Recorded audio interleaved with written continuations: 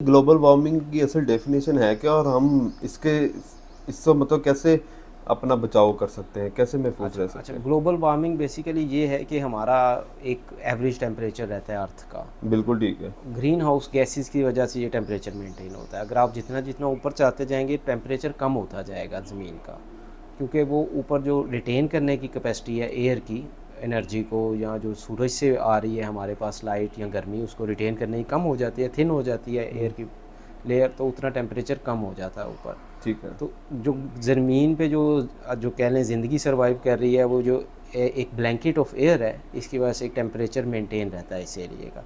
वो आप देखते हैं कि वो 25-30 डिग्री के डिफरेंस रहता है सर्दी और गर्मी के हम अंदर। ज़मीन में जिसमें रहते हैं उसका टेम्परेचर एक मखसूस हद तक है जो एक मखसूस आता ह्यूमन बॉडी जो मतलब है है उसको ह्यूमन बॉडी बर्दाश्त कर सकती 38, बल्कि हर लिविंग ऑर्गन का टेम्परेचर तकरीबन 38, जो वार्म ब्लडेड है उनका तकरीबन 38 के राउंड अबाउट है। टेम्परेचर ठीक है। एवरेज है।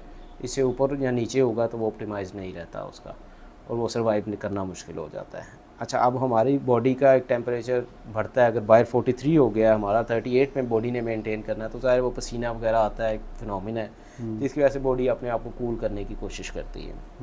अगर वो टेम्परेचर बहुत ज़्यादा बढ़ जाएगा तो ज़ाहिर है वो जो कूलिंग का सिस्टम है वो फेल हो जाएगा और आपको हीट स्ट्रोक हो जाएगा, और हीट स्ट्रोक जो है वो बाज़ मरतबा जानलेवा भी साबित हो जाता है।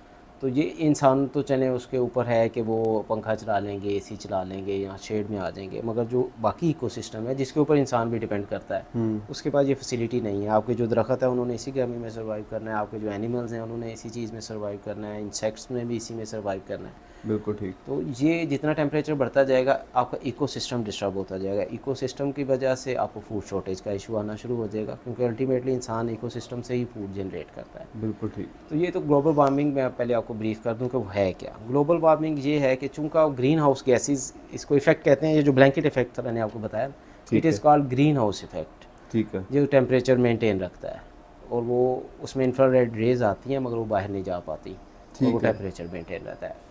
कार्बन डाइऑक्साइड या मीथेन या कुछ हद तक मॉइस्चर जो हैं, ये as green house gases effect करते हैं। कार्बन डाइऑक्साइड हम बहुत ज़्यादा रिलीज़ कर रहे हैं हमारी फॉसल फ्यूल इमिशंस में से।